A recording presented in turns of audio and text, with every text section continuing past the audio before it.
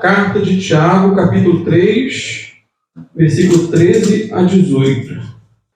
Diz assim: quem é sábio e tem entendimento entre vocês, que o demonstre pelo seu bom procedimento e por meio de obras praticadas com a humildade que provém da sabedoria. Contudo, se vocês abrigam no coração inveja amarga e ambição egoísta, não se gloriem disso nem neguem a verdade. Esse tipo de sabedoria não vem do alto, mas é terrena, humana e demoníaca. Pois onde há inveja e ambição egoísta, há confusão e toda espécie de males. No entanto, a sabedoria que vem do alto é, antes de tudo, pura, depois pacífica, amável, compreensiva, cheia de misericórdia e de bons frutos, imparcial e sincera. O fruto da justiça é semeado em paz pelos pacificadores. Amém. Os irmãos podem sentar-se, fiquem à vontade. Queridos, no domingo retrasado, pela manhã, eu enfatizei bastante a questão da sabedoria. Bastante. Vimos o contraste entre a sabedoria e o conhecimento. Pois a sabedoria verdadeira, ela vem de Deus. Mas o conhecimento vem dos livros. O conhecimento vem do estudo. O conhecimento vem dos diplomas. Mas a verdadeira sabedoria da qual Tiago fala tanto aqui nessa carta, está à nossa disposição.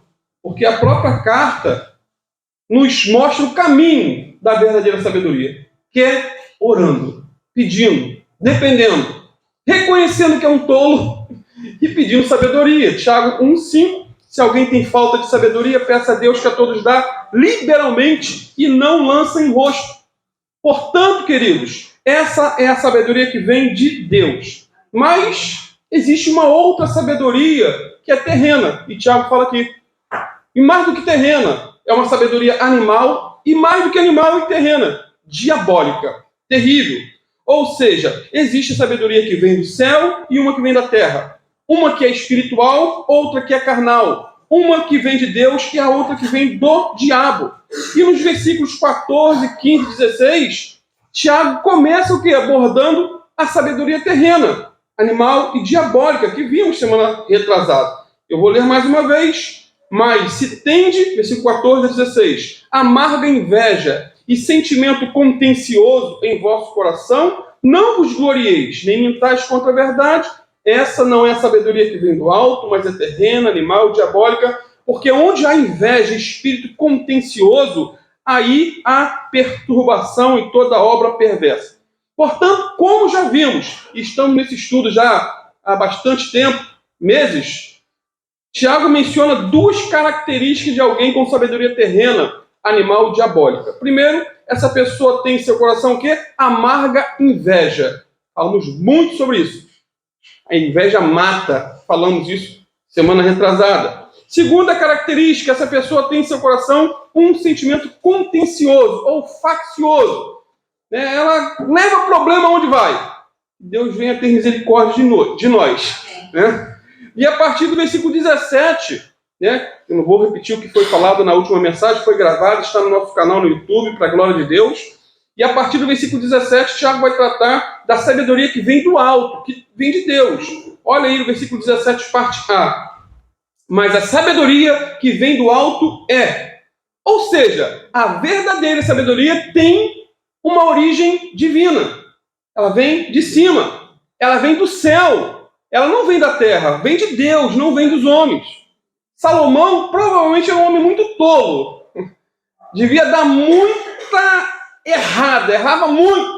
Mas pediu a Deus sabedoria, pediu a Deus entendimento, e a Bíblia diz que Deus fez dele o homem mais sábio daquela geração. Um homem instruído, um homem que compôs muitos cânticos, muitos. Terminou mal, infelizmente, porque as muitas mulheres que ele teve, corromperam seu coração. E era proibido isso. Mas, infelizmente, mesmo sendo o homem mais sábio, e aí eu sempre brinco, não somos mais sábios que Salomão, não somos mais santos que Davi, e nem mais fortes do que Sansão. Então temos que fugir da aparência do mal. Temos que fugir do pecado.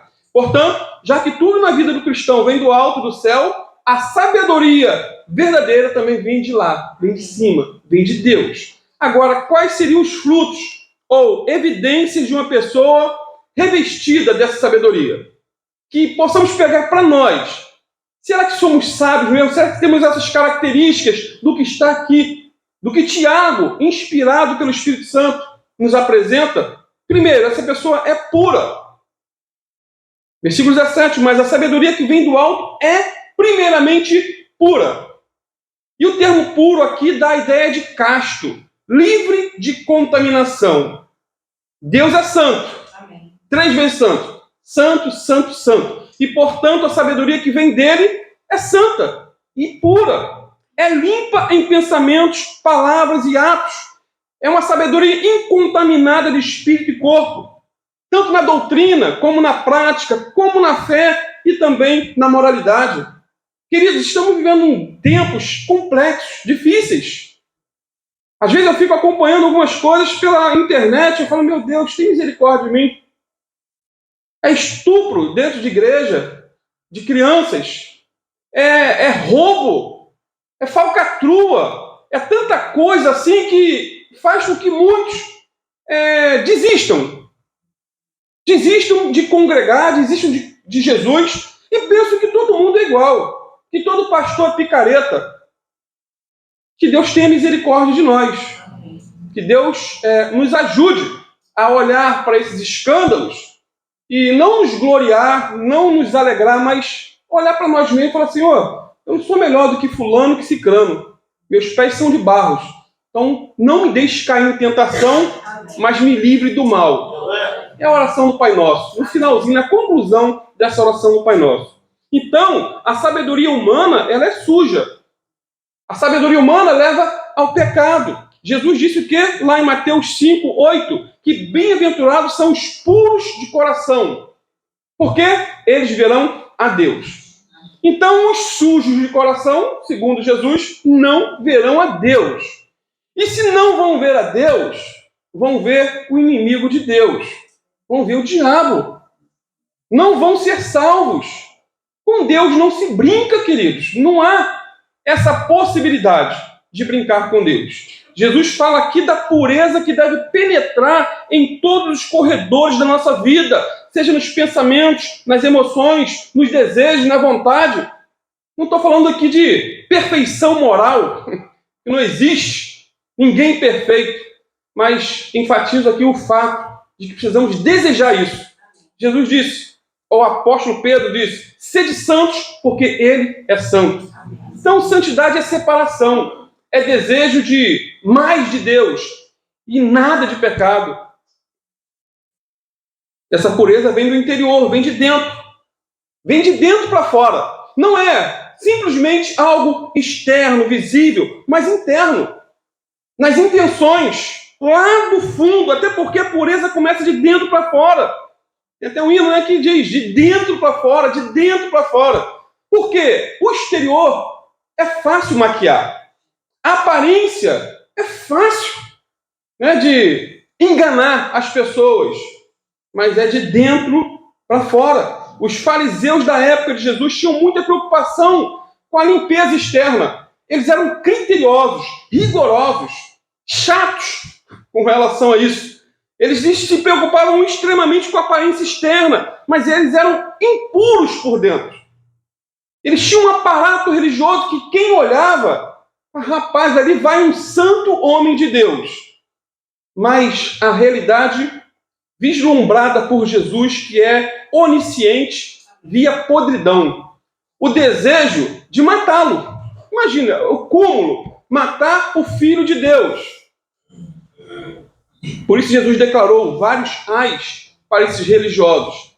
Depois faz uma leiturazinha interessante em Mateus 23.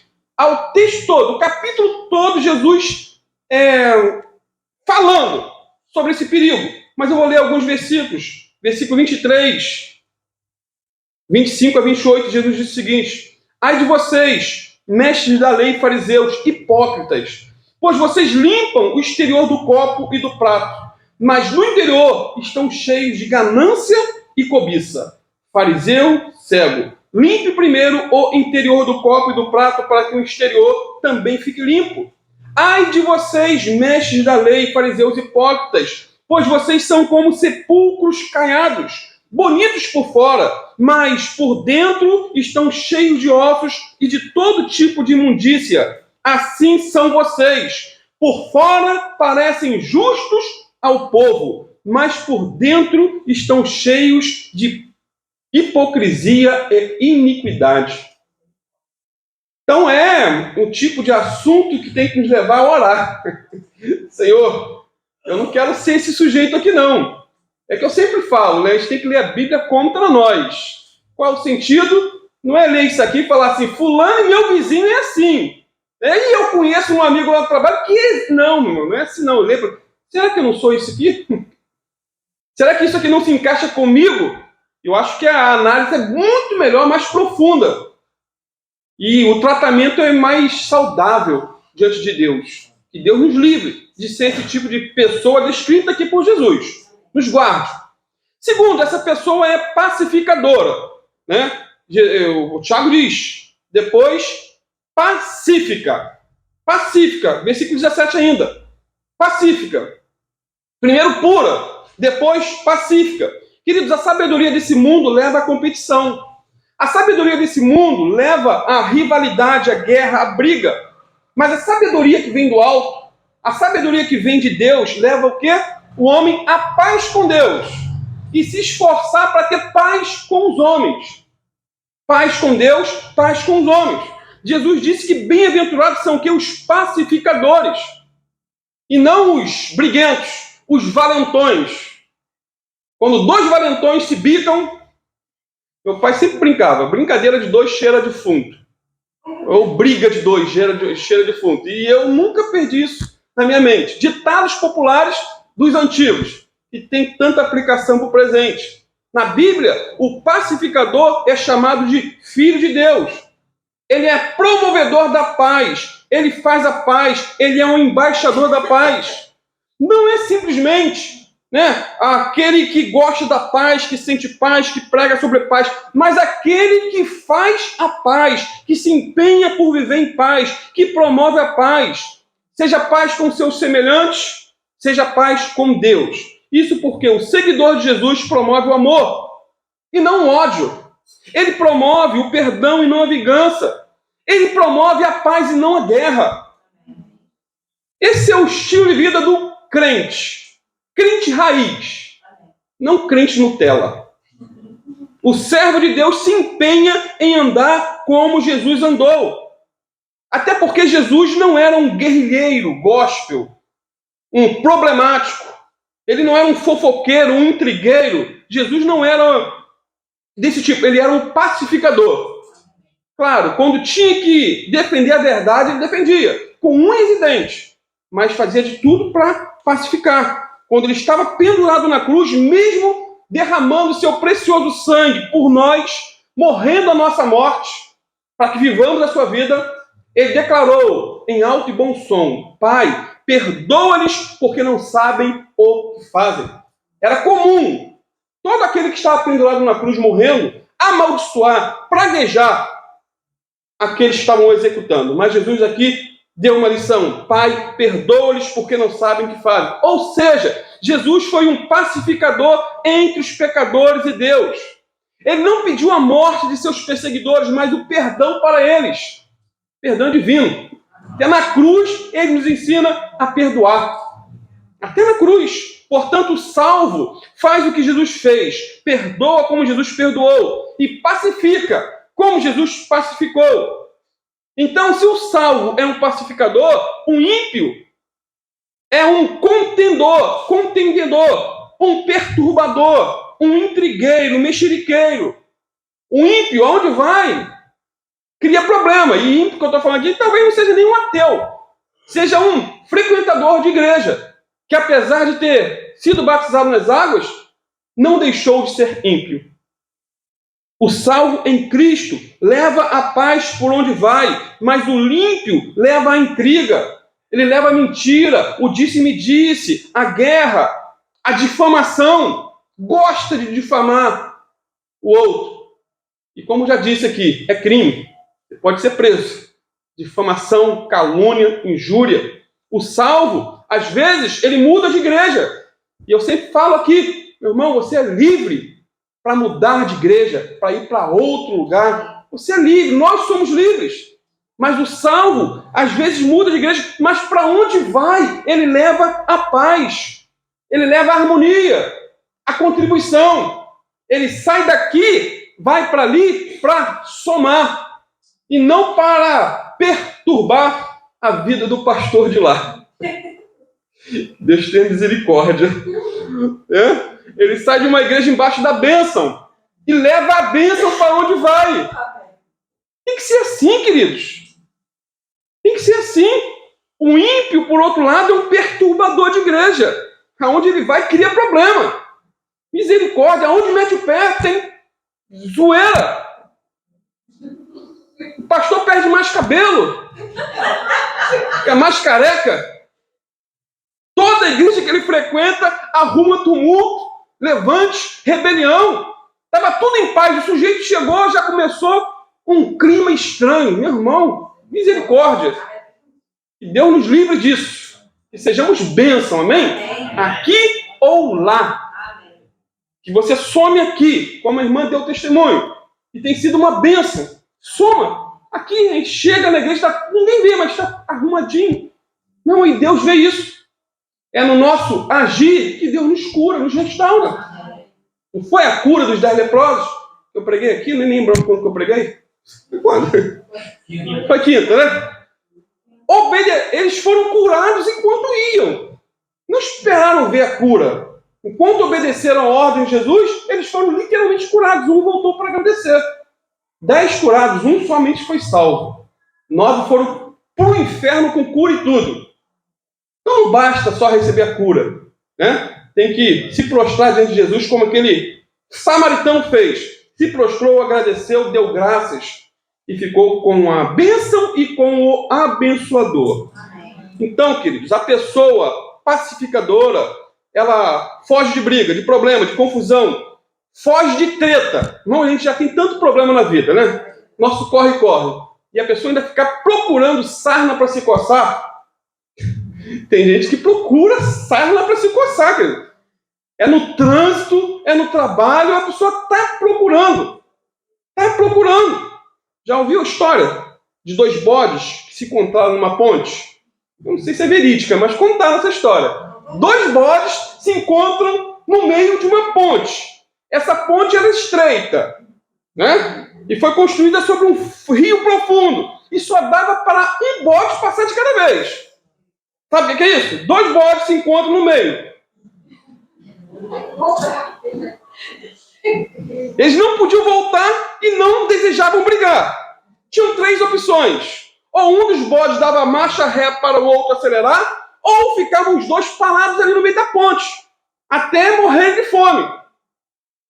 Depois de uma curta negociação, um deles tomou uma decisão sábia. Ele se deitou e deixou o outro passar por cima dele. Sábio, né? Coisa linda. Problema resolvido. Moral da história, queridos. Qual é a moral da história? Quando um não quer, 2 não brigam. Isso funciona em todas as áreas da vida. Todas. Seja no casamento. Quando um não quer, 2 não briga. Seja no namoro. Seja no trabalho. Seja no trânsito. No trânsito, então, eu sempre oro. Senhor, me ajuda. Senhor, me ajuda. Eu quero... né? Na igreja, quando um não quer, 2 não briga.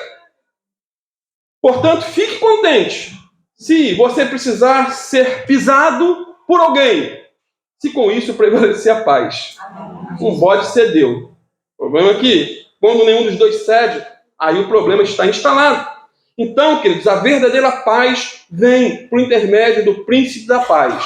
Essa é a verdadeira paz. O Senhor Jesus Cristo, que com sua morte na cruz, proporcionou a paz com Deus por intermédio do perdão de nossos pecados e a paz com os homens por intermédio do Espírito Santo de Deus. É Ele que promove essa paz verdadeira. Que o Espírito Santo nos dê mais e mais dessa paz que excede todo o entendimento. Amém. Terceiro, essa pessoa é moderada. Versículo 17 ainda. Mas a sabedoria que vem do alto é, em primeiro lugar, pura, depois pacífica, moderada ou sempre amável, como diz na NVT, nova versão transformadora. É ser gentil, sem ser fraco. Sincero, sem ser mal educado. Já viu? Sincero. Cara, não, eu sou sincero. Eu falo o que vem e ofende todo mundo. Sincero, sem ser mal educado. Que o Senhor nos capacite também com essa sabedoria moderada. Quarto, essa pessoa é tratável. Versículo 17 ainda. Mas a sabedoria que vem do alto é, em primeiro lugar, pura, depois pacífica, moderável, tratável. Ou seja, disposta a ceder a outros. E a palavra grega aqui significa facilmente persuadido, que é o contrário de obstinado. Desenhando, é o contrário de teimoso. Melhor, de cabeçudo. Já viu aquela pessoa que está quebrando a cara, mas é teimoso. Não tem conselho que mude a situação. A pessoa sábia, por outro lado, aceita a correção. Ela é tratável e se deixa tratar. Ela dá ouvidos aos conselhos. Seja conselho do pastor, seja conselho do cônjuge, seja conselho do amigo. Na multidão de conselheiros, diz a Bíblia em Provérbios, não falta sabedoria. A pessoa tratável está sempre disposta a ouvir todos os lados da questão, mas não abre mão das suas próprias convicções. Ela ouve os dois lados. Não fica só com um lado, com uma versão. E é claro que quando você ouve dois lados, às vezes, se não estiver junto, você fica meio doido. Eu já tenho acompanhado um caso aí que um lado fala, não, fulano é inocente, o outro fala, não, ele é condenado. Não, mas eu tenho prova que ele é inocente. Não, mas eu tenho prova que ele é condenado. Ele é culpado. Aí fala, meu Deus, misericórdia, Senhor. Não deixa eu ficar doido com essas informações todas. Então a pessoa pode discordar sem ser desagradável. Jesus era assim, queridos. As crianças, os enjeitados, os leprosos, os doentes, as mulheres, os publicanos, as prostitutas, doutores, todos tinham livre acesso para ele. Ele não excluía ninguém. Ele tratava a todos de igual maneira. A Bíblia, entretanto, fala de um homem chamado Nabal. Você já leu, né? Quem está na nossa leitura bíblica e seguindo corretamente o plano de leitura, já leu sobre Nabal. Um sujeito louco, duro, um homem duro no trato, com quem ninguém podia se comunicar. Segundo Samuel, 1 Samuel 25, depois lê a história dele. 1 Samuel 25:3 diz que ele era duro e maligno nas suas ações. Olha que sujeitozinho perverso. Versículo 17 diz que ele era filho de Belial, filho do diabo. E ninguém podia falar com ele. Ele era tão ruim, mas tão ruim que Deus o matou. Literalmente, Deus o matou. E se não fosse a sabedoria de Abigail, sua esposa, devia ter comido o pão que o diabo amassou com aquele homem. Literalmente. Se não fosse a sabedoria daquela mulher, toda a sua família, inclusive ela, teriam sido mortos por Davi. Depois leia o contexto da história toda. É muito interessante. Então, a sabedoria de Deus nos torna uma pessoa tratável, fácil de conviver, fácil de trabalhar e fácil de congregar. Aonde vai? Você é bênção e não maldição. Que o Senhor nos encha dessa sabedoria tratável. Amém? Quinto, essa pessoa também é cheia de misericórdia. Vou ler de novo, versículo 17, até ficar bem fixado. Mas a sabedoria que vem do alto é primeiramente, ou em primeiro lugar, pura, depois pacífica, moderada, tratável e cheia de misericórdia. Misericórdia não é sentir sem fazer. Misericórdia é sentir e agir em favor do necessitado. Não é um sentimento. Pena é sentimento. E sempre se brinca, né? Quem tem pena é galinha. Geralmente quem tem pena não faz. Agora, a misericórdia bíblica, ela é ágil. Ela se move em direção à pessoa necessitada. É sentir a dor do outro e fazer algo para amenizar essa dor. Lá em Marcos 1:40, versículo 41, conta a história de um leproso que se aproximou de Jesus e pediu: Senhor, se o Senhor quiser, o Senhor pode me curar. Imagine a cena de um leproso se aproximar de Jesus. E quem não sabe, né, a lepra ela é algo terrível. ainda existe pessoas contaminadas com hanseníase. A pessoa perde nariz, orelha, e esse homem chegou: Senhor, se o Senhor quiser, pode me curar. E Jesus, movido de grande compaixão ou misericórdia, estendeu a mão e tocou e disse-lhe: quero ser limpo. Assim como Jesus, a pessoa misericordiosa, ela não só ora, não só intercede, mas ajuda, se compadece. O misericordioso se coloca no lugar do outro e faz pelo outro, né, aquilo que desejava que fizessem por ela, numa circunstância diversa. O misericordioso ouve sobre a necessidade de alguém, por exemplo, de Manu, minha filha que está na África nesse momento, e não somente ora por ela e por todos os missionários, mas também contribui. Contribui, queridos. Amados, no grupo de WhatsApp da Manu, são 121 pessoas. Se cada um contribuísse com 20 reais desses, ela não teria dificuldade, aperto, para pagar uma passagem de volta agora de 4 mil reais. Estamos pagando ainda de ida. A igreja tem ajudado a pagar. E ainda tem o visto, que também é um valor alto. E ela já está vendo isso antecipadamente. O misericordioso, que inclui você, que tem contribuído aqui com essa obra, e o que temos ofertado para ela e tantos outros, você tem incluído nessa misericórdia. Amém? Porque parte daquilo que você contribui, que você dá o teu dízimo, tua oferta, tem sido para ajudar ela. Tem sido, às vezes, quando tem recursos, para ajudar o missionário Alan, que estará aqui no dia 13. Amém. Tem sido para as despesas da igreja, mas, acima de tudo, a nossa contribuição nos beneficia a nós mesmos. Amém. Porque Jesus disse: mais bem-aventurado é dar do que receber. Então, queridos, voltando aqui, o povo de Deus, na sua grande maioria, prefere gastar, às vezes, no final de semana, 100 reais em um lanche, do que contribuir com 10 ou 20 reais mensal para a obra missionária. Há alguém que fez um cálculo que disse que 0,0001% dos crentes contribuem com a obra missionária.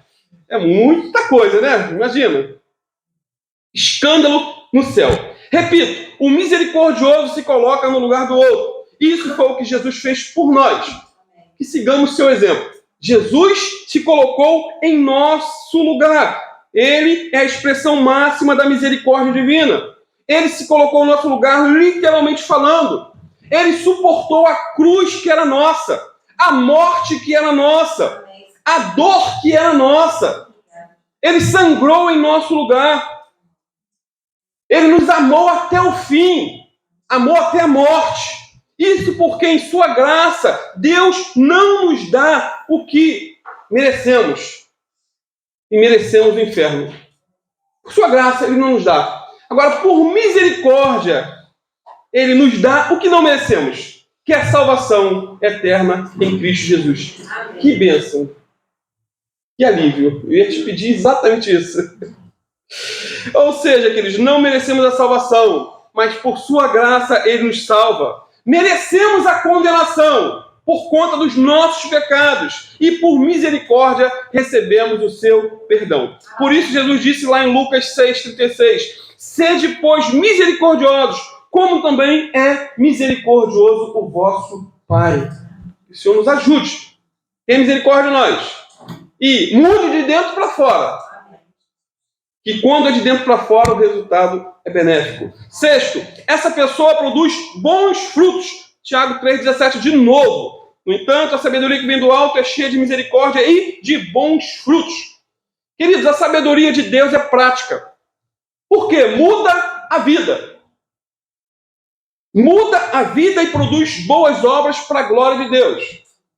Uma sabedoria ou uma conversão que não é transformadora não é uma salvação.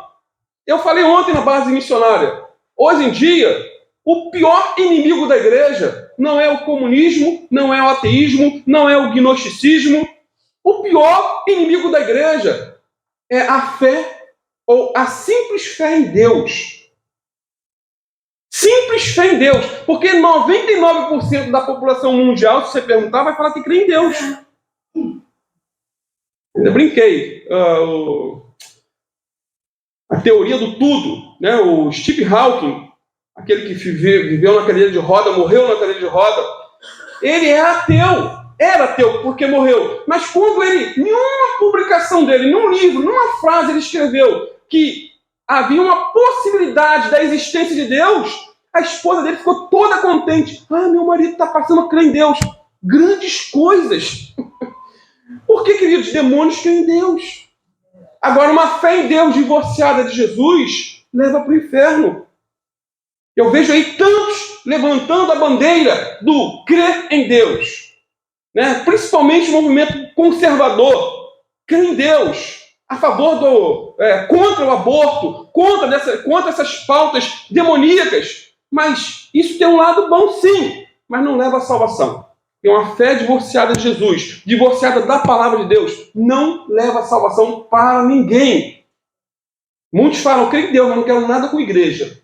Eu creio em Deus, mas não quero nem estar no meio do povo de Deus. Crente só, isolado, dentro de casa, com a boca suja, todo depravado, com a vida mais suja do que pau de galinheiro, desculpa a expressão, e crê em Deus. E mais pessoas vão para o inferno crendo em Deus do que ímpios, do que ateus. Que Deus tenha misericórdia de nós. Tá? Estou falando que é errado crer em Deus, não. Temos que crer em Deus, sim. Jesus disse, né? Creem em Deus, creiam também em mim. João 14. Creiam na palavra, vivam a palavra, busquem a palavra, amem a Jesus, busque mais a presença do Senhor, se prostre mais diante da presença do Senhor. Então, queridos, que Deus nos ajude, né? Produzir frutos é o resultado de estarmos constantemente em comunhão com Jesus. Aliás, tudo que temos tratado até agora acerca da sabedoria do alto, só adquirimos estando em comunhão com o Senhor. Só é possível estando na plena comunhão com Jesus. Está vivo. Ressuscitou. Continua curando, libertando e salvando. Não estamos falando de um ser mitológico, distante, um Deus desconhecido. Mas um Deus que cura. Irmã Dani foi curada. Eu fui curado. Minha esposa era cega de uma vista, foi curada. Quantos aqui também? Não só curados no corpo, mas curados na alma, principalmente. E não adianta, porque um dia todos nós vamos morrer. Nós somos curados para daqui a pouco vir outro probleminha. Né? Não tem como. Mas a cura da alma, igual aquele leproso recebeu, foi curado no físico e na alma. Isso é o mais importante. Lá em João 15, estou terminando já, versículo 1 a 15, a 5, Jesus disse, eu sou a videira verdadeira e meu pai é o agricultor. Ele corta todo ramo que estando em mim não der fruto. E ele poda todo aquele que der fruto, para que dê mais fruto ainda. Vocês já estão limpos pela palavra que tenho falado. Permaneçam em mim e eu permanecerei em vocês.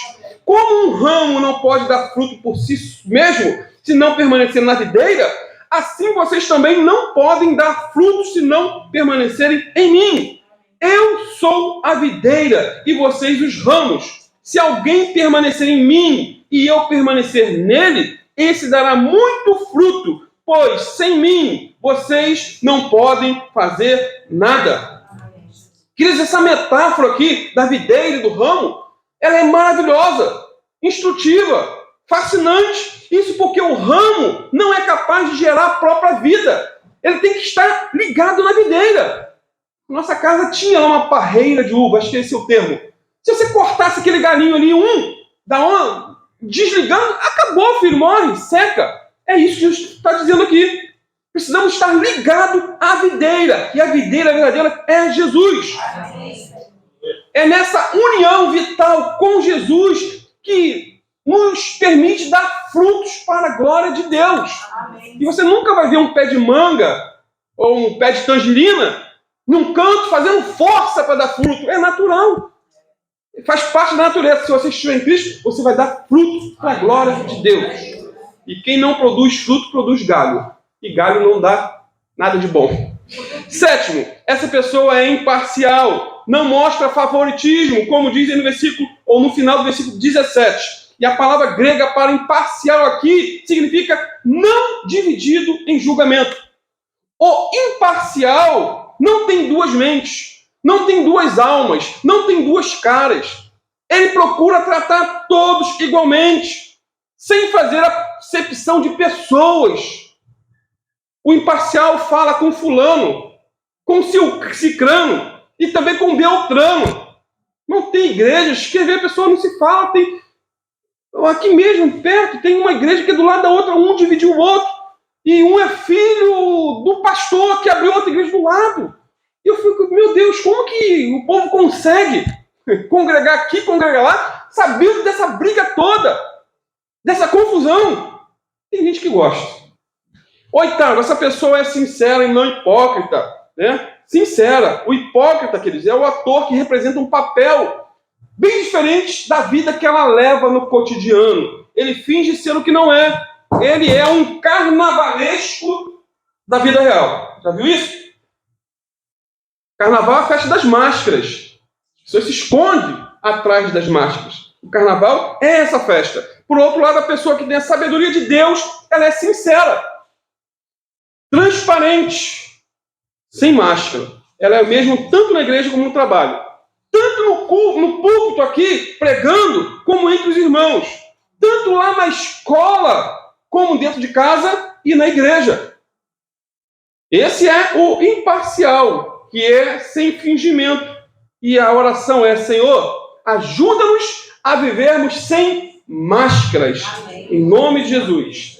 E Tiago conclui com a seguinte afirmação: ora, o fruto da justiça semeia-se na paz. Versículo 18. Para os que exercitam a paz.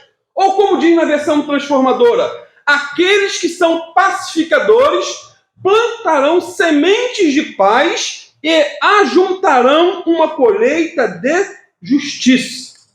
Ou seja, quem planta, colhe. Queridos, essa lei da semeadura, ela é irrefutável. Quem planta, colhe. Paulo, em Gálatas 6,6, aqueles que recebem o ensino da palavra devem repartir com seus mestres todas as coisas boas. Não se deixe enganar. Ninguém pode zombar de Deus. A pessoa sempre colherá aquilo que semear. Quem vive apenas para satisfazer a sua natureza humana, colherá dessa natureza ruína e morte. Mas quem vive para agradar o Espírito, colherá do Espírito a vida eterna. O que somos, vivemos, e o que vivemos, semeamos. Não tem como fugir. O cristão semeia justiça e não pecado. E quando peca, não deve, mas quando peca, ele semeia arrependimento. E colhe com isso o perdão de Deus. Ele semeia paz e não a guerra. Semeia integridade e não a hipocrisia. Semeia a pureza e não a imoralidade. Que o Senhor nos ajude, nos levante, segure nossas mãos, enche o nosso coração da sabedoria verdadeira.